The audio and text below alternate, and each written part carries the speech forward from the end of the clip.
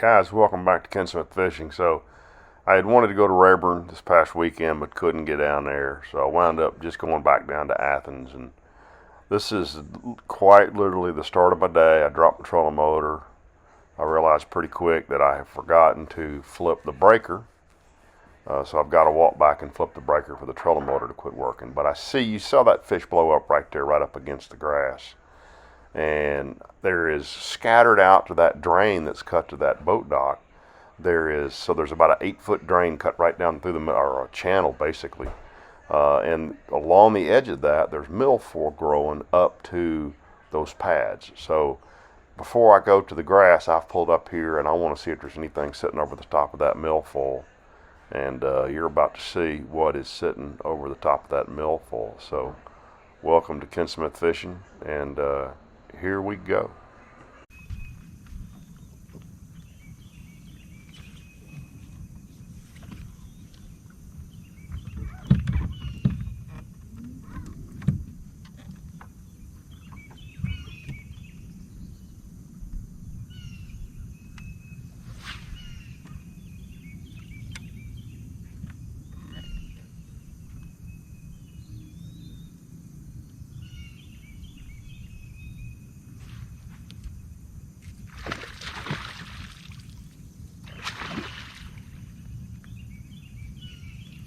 Second cast of the day.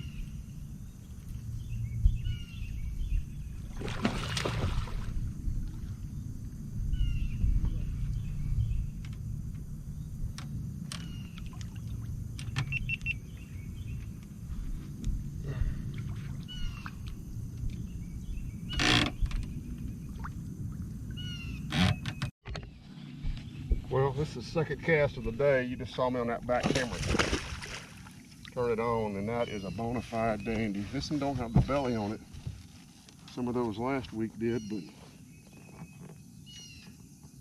golly, what a head. Look at the head on that one. How's that for starting the day? Second cast. That fish could be an 8 or 9 pounder if it had a belly on it. It's pushing 7 though. I'm not sure that front camera's working great, but I just fired it up. But that is a way to start the day. Woo! Donk! Sack.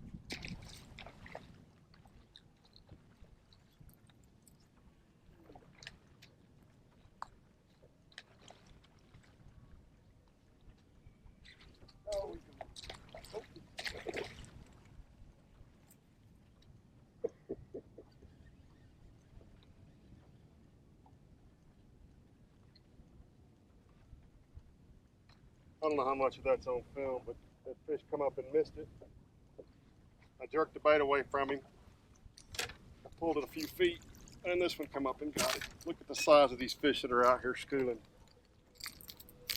I mean, just biggins. Biggins, biggins. That was crazy.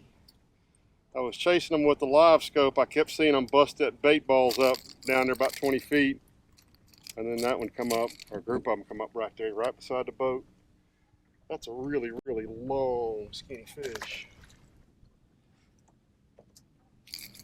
Really long, skinny fish. Whew, that's fun. That's on that bait. It's called a catwalk. I'm not sure of the color, but the other day fishing with Kelly, he was throwing obviously a Lucky Strike. That's his guys, but a clear bait, and I went and I wanted something with just a smidge of color but not real bright, and that's what I bought, and it worked that time. I've had 4 or 5. There you go.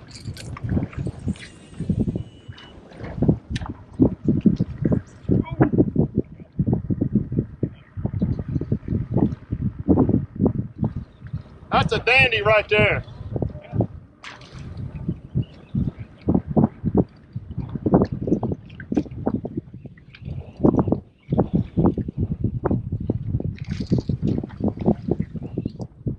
Go in there.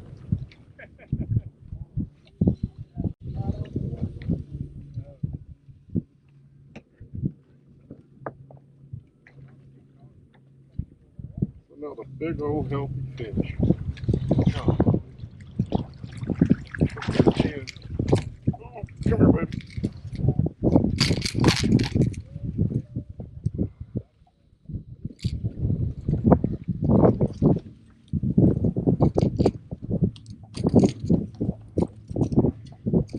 Another dandy. Well, that's a wrap on Athens. It's a little disappointing. It's about 1:30. I'm wrapping it up to get on back to the house. Just mainly because the fishing's not that great. I really thought when I caught that big fish on swim bait this morning, it was going to be on with the swim bait, but they just didn't bite it. And I think I counted 8 frog blow-ups that I didn't catch a single one of them. And I mean, just murder that frog.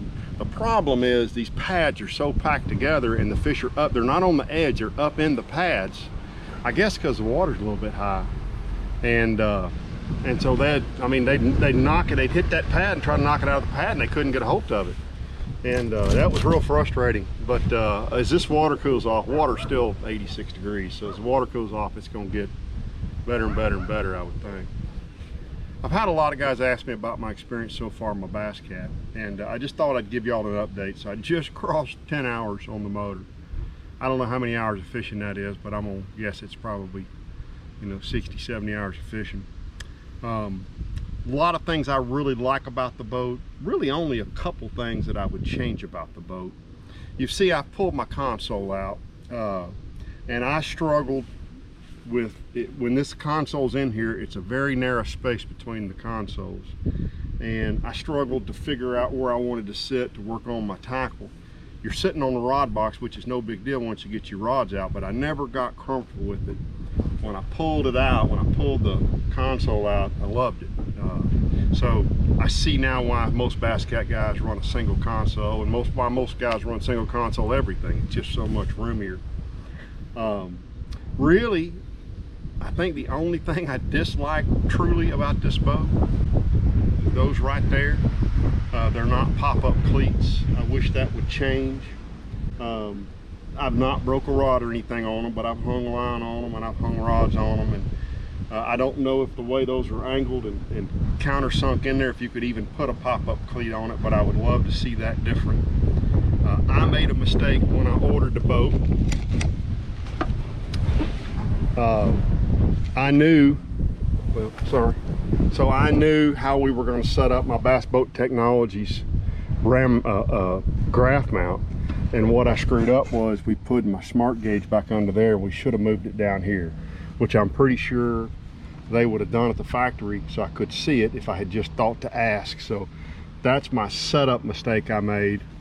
It has taken some getting used to the front, how that trolling motor sits. Now a lot of boats are doing this, so you got rods on the outside, but you can't put rods under it.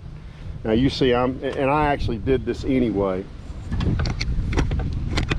I don't know how much of that you could hear, but with that trolling motor there, you can't pile up rods on the port side like you can in some other boats where that trolling motor goes right down the side of the boat. I actually like the way this looks and rides better, but I've lost a little bit of rod piling space over there. But that's actually not something I would change. I would leave that just like it is. I'm getting used to where I store my tackle, which was weird because, this was always my everything box, and this is really your everything box. I use those two boxes very little. I'm keeping pretty much everything in that box, and just life jackets and a few other things way at the front. The boat, so I had some linkage issues with my hot foot, so I've just got that fixed, and the boat it's fast. Well, it's fast for me. It's not fast for some Bass Cat guys, but I don't know if I got good footage on there or not. If so, I'll run it right here side by side. But I ran it 74 today before I ran out of water, and now that was by myself, very hot. Water's 86 degrees, which does make a difference, slows you down. A little bit of a tailwind. It's kind of a crossing tailwind. Live wells were empty, and I've got 3/4 of one tank, so that's a little bit less than half a tank of gas in the boat. The other evening on Ray Hubbard, it ran 76.5 or 76.6, kind of in similar conditions where I just had a little smoother water and had a little bit more space to run it. I'm running a 3-blade 24 pitch Fury. Interestingly, I'm only turning at about 5,750 RPM. So as soon as props are available, we're going to do some more prop testing on this boat, because I think I can turn more RPMs with a little bit with a different prop. I don't know if it's a smaller pitch or if it's a full blade, and maybe go a little bit faster. The hole shot's amazing. It's got a great hole shot. Boat fishes really good. Again, there's not much. Actually, the cleats are probably the only thing that really have bothered me about the boat that I'd like to see changed. Now, the side cleats over here are those little flip-up cleats. I would actually rather have those there than the cleats that are in there. But that's really it. I love the lighting in the boat. It's really cool. The boat pulls great on the road, and I should mention that, by the way. So I actually am getting more than a mile per hour better pulling this boat than I was pulling my Ranger, and that surprises me because this boat sits up higher on the trailer. I don't know if it's because of the tires or the setup or what it is, but I get better mileage pulling this, truck mileage pulling this boat than I got pulling my Ranger. I love the seats. I love everything. I just love everything about the boat. I've gotten used to the latches. Those latches are different, but I understand why they're in the boat now. And again, my only things I've screwed up was, as you remember, I put my power pole buttons on this side, and I moved them over there. I got that right. I should have moved that smart gauge somewhere else. I still haven't put the windshields in the boat yet, which I need to get done. But that's it on the. I just like the boat a lot. So going to OH Ivy next weekend. So I hope I catch some fish out there. Getting ready for the Bass Champs Championship, and this is really my only chance to go out there and practice. So I'm gonna go out there Friday, Saturday, Sunday. So I should have a bunch of footage for you guys next week from OH Ivy, and we'll see what we figure out there. I'm gonna share just like what I always do, what I find out. I know a lot of y'all are going out there. I was actually planning to go to Texoma this morning, but the TTO was up there, and I didn't want to get in those guys' ways. So Athens today, a little bit disappointing, but still had a good time, and we're off to OH Ivy next weekend. So thanks for tuning in, guys, and we'll see y'all next week.